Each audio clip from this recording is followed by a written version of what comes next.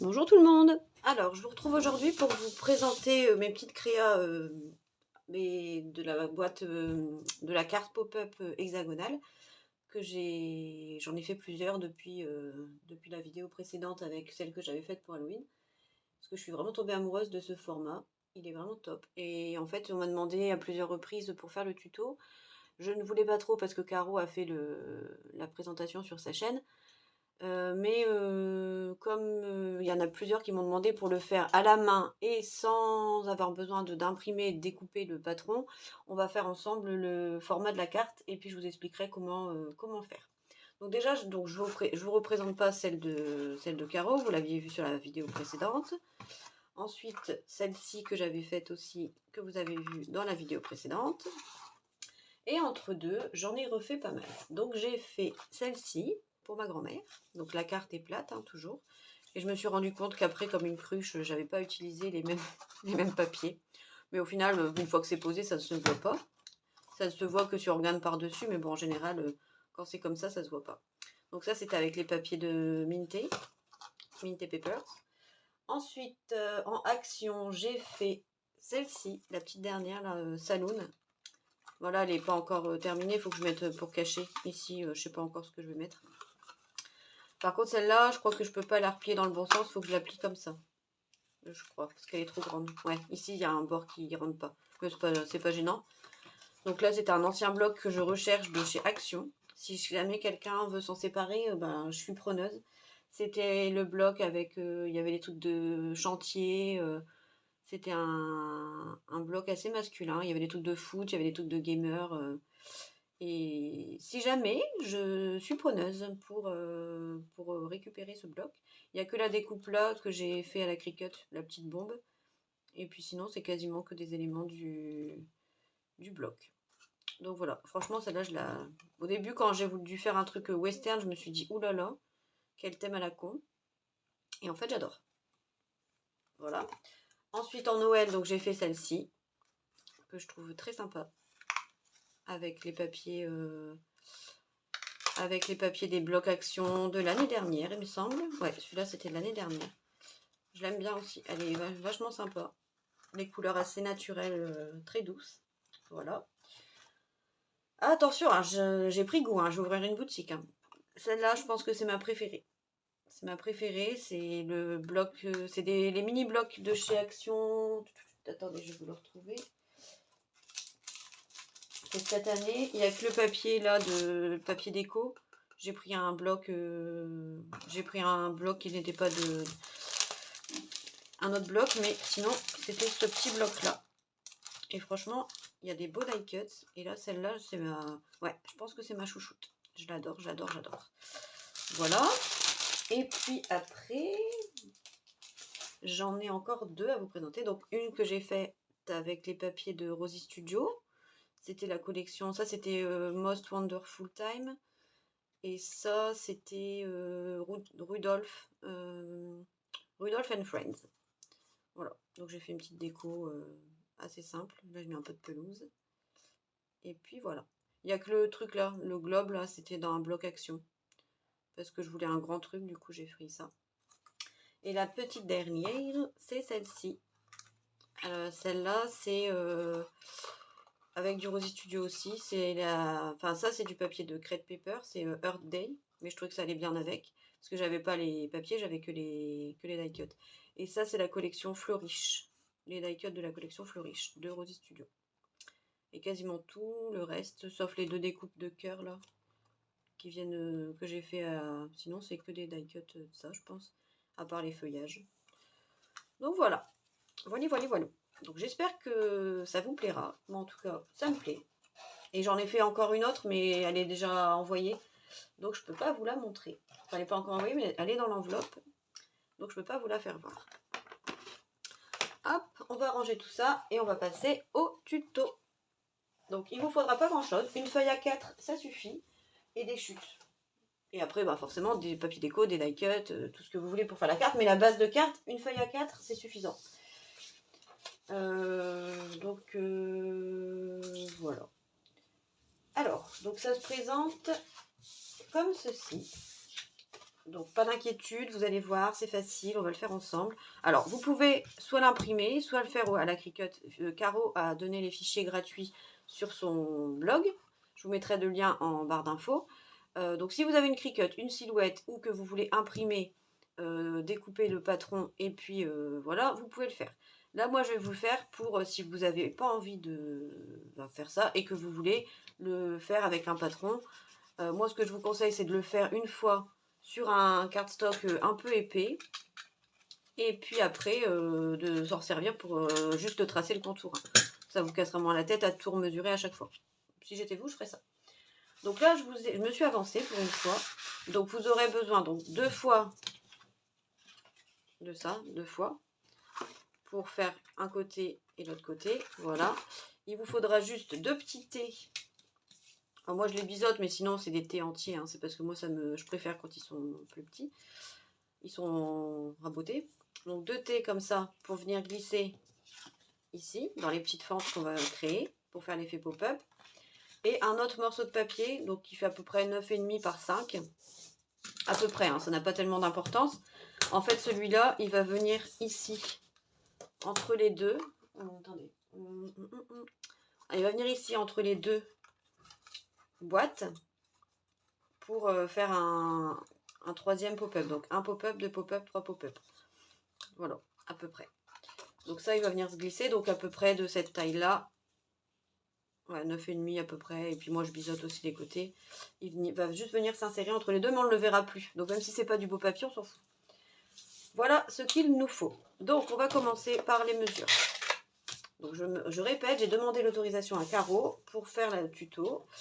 Et elle est OK. Donc bah, si elle est OK, moi je suis OK. Alors il faudra un papier donc pour faire, on va faire qu'une seule ensemble. Après, ce sera juste du recopiage, donc on ne va pas tout faire. Et je ferai certainement une deuxième vidéo pour vous expliquer le montage et les plis. Donc, ouais, je pense que je vais le faire en 2 parties. Une partie découpe, comme ça vous laissera le temps de faire la découpe. Et les traits, et après je ferai une deuxième partie montage. Comme ça, ce sera beaucoup plus simple et plus rapide pour vous aussi. Donc, vous allez venir prendre un papier donc, de 14,8 par 17,2. Donc, 14,8 par 17,2. D'accord?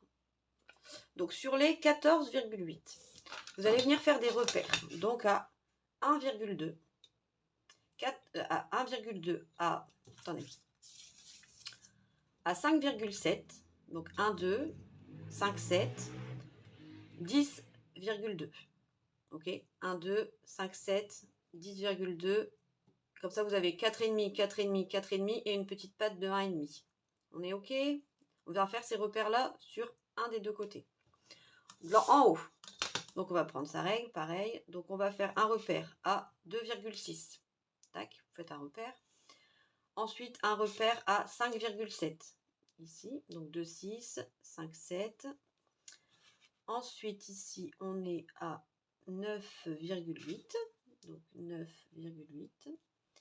Et un repère à 13,4. Ce qui fait qu'ici, il nous restera un petit débord de 1,3. Donc 2, 6, 5, 7, 9, 8, 13, 4. Ok? Voilà. Donc là, on est bon. Ah non, j'ai oublié un morceau. 9, 8, 10, 2. Donc 2, 6, 5, 7, 9, 8. Non, bah 2, on va, pardon, excusez-moi. On va pas faire ça. C'est juste pour biseauter, donc on s'en fiche. Donc 2, 6, 5, 7, 10, 2, 13, 4. Ok? 2, 6, 5, 7, 10, 2, 13, 4. Et en bas, 1, 2, 5, 7, 10, 2. Ok? On tourne sa feuille. Donc ici, on va prendre sa règle. Donc sur les 17,8, 17,2, pardon. On va venir faire un repère à 5,1, à 8,2, à 12,7 et à 15,8. Donc sur les 17,2, je vous note un repère à 5, 1, 8, 2, 12,7 15,7 et 15,8. Ok? Et sur les 14,8, donc on a dit 1, 2, 5, 7, 10,2. Voilà. Tac. Donc une fois que vous avez fait ça, vous allez venir faire des... En fait, c'est pas compliqué, hein, c'est juste une histoire de traçage en fait. Hein. Sinon, c'est tout bête. Hein. Donc vous allez venir ici sur le bord de 5,1. Vous allez faire vos repères comme ça, ce sera plus simple. On va faire des pointillés. On va faire des pointillés ou des traits. Hein. On va faire des traits. Et puis, ce sera plus facile pour vous capter le bazar. Mais il n'y a rien de compliqué. Hein.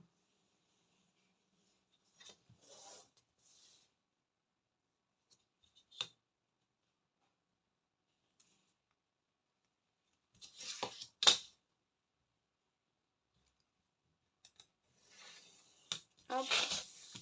On est OK. Là où vous avez... On fait un quadrillage, en gros, et je vous dirai les parties qu'il faut garder et les parties qu'il faut dégager. Grosso modo, on va faire ça. Ce sera plus pratique. Voilà, donc on obtient ça. Donc en fait, il va suffire, oui, de venir couper ici. Donc cette partie-là, on n'en a pas besoin. D'accord. Donc là, vous venez couper comme ça. Des deux côtés. Ici, vous enlevez, ce sera une petite patte, donc vous enlevez un petit morceau. Là, vous enlevez un petit morceau en bas. C'est pour le bon système de fermeture, en fait. C'est juste pour ça. Et un petit morceau en biseau. Voilà. Donc, on obtient ceci. Sur ce rectangle ici, donc on aurait pu le faire jusqu'au bout, on va enlever cette partie qui est ici. Donc en fait, ici, il suffit de couper. Donc ça, déjà, toute cette partie-là, du quadrillage, vous pouvez la couper. Donc on coupe. Voilà. Et ici, tout simplement, donc ça, bon, on le dégage, on s'en fout. Là, il reste un petit carré, du coup. Quand vous coupez jusqu'au bout, là, il vous reste un carré. Donc, vous venez juste relier votre point qui est ici à votre point qui est ici. Avec vos ciseaux. Pour obtenir un triangle. Vous enlevez un triangle. Ici, on vient faire la même chose de l'autre côté. Donc, on enlève le triangle. Clac. Et après, on va enlever donc cette partie qui est ici. On biseaute pour le triangle. Voilà, donc là où il y a les 10,2, on vient couper. On avait repéré à 10,2. Donc là, pareil de l'autre côté. Là où c'était à 5,7. Voilà, on obtient ça. Et là, on va juste venir enlever les pattes qui sont ici. Pour faire le système de fermeture, en fait, tout simplement. Voilà. Donc, ensuite, il va falloir venir ici faire un petit repère. Donc, ici, vous enlevez un petit morceau, vraiment très fin. C'est juste pour venir couper la pâte, enfin glisser la pâte à l'intérieur, en fait. Donc, c'est vraiment pas... Voilà, c'est juste pour ça. Et le petit T, du coup, il mesure donc 7,5. Le T, il fait 7,5 par à peu près 6,5. Ici, ça mesure 1,5. Et là, ça mesure 2,2. Donc 2,2 et 1,5. Voilà. Puis après, vous venez faire un T, c'est pas compliqué. Hein. Ok. Voilà. Ensuite, donc là, bon, je vais arrêter avec celle-là, je la continuerai plus tard. Donc vous faites ça 2 fois, ok, 2 fois, et vous prenez un morceau de papier comme ça, de à peu près 9,5, pour qu'en fait, il vienne ici au milieu, entre les deux boîtes, 9,5 par 5, vous pliez en deux pour assurer la solidité, et vous le collez. Alors après, si vous faites au double face, vous aurez moins de temps d'attente. Moi, je fais beaucoup à la colle, et je mets des pinces à linge en attendant que ça sèche, hein. Pendant qu'il y en a une qui sèche, bah, je fais l'autre. Et puis après, c'est bon. Et après, j'assemble les deux ensemble avec des pinces à linge. Et puis en attendant que ça... ou alors en dessous d'un livre ou n'importe où, hein, pour que ce soit bien plat. Puis pendant ce temps-là, bah, je vais faire autre chose. Et puis quand je reviens, c'est sec.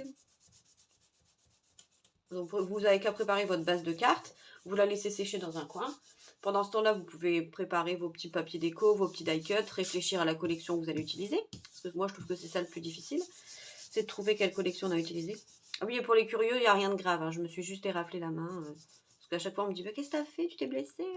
Et comme je suis Miss Catastrophe, je sais même pas ce que j'ai fait. En fait, je me suis ripée. Je me suis retrouvée avec une petite plaie. Mais je ne sais pas ce que j'ai fait. Mais bon, ça, à force, vous comprendrez, vous apprendrez à me connaître. Vous saurez que Pierre Richard, c'est mon deuxième prénom. Et comme je fais souvent tout vite, ben, je fais pas tout mal, mais je fais pas tout bien. Voilà. Alors, donc là, on est OK avec ça. Voilà, donc vous faites ça 2 fois. Donc moi, je l'ai déjà fait ici. Bon, j'ai triché, hein, je les ai faites à la cricket. Hein. Mais c'est pas grave, ça fait gagner du temps. Et on va venir faire les repères. Bon, en fait, je vais tout vous faire en même temps, ce sera plus simple. Bon, là, on va déjà faire les pliages sur un. Et après, j'assemble, je fais la vidéo d'assemblage. Comme ça, ce ne sera pas trop long. Sinon, ça va durer 10 plombes pour faire un travail répétitif. Donc là, vous allez prendre votre petit stylet de rainurage. Vous allez venir ici faire un pli pour avoir une patte. Donc vous mettez votre règle dans le prolongement, hein, tout simplement. Si vous avez conservé vos traits, n'hésitez pas à... Si vous avez conservé vos traits, n'hésitez pas à les utiliser. Hein. Donc vous faites un premier truc ici. Ensuite, vous venez repérer ici les 2 points qui sont là. Donc là et là. Et on vient tracer que sur la partie rectangulaire. Pas en haut. Voilà. Ici, on fait la même chose.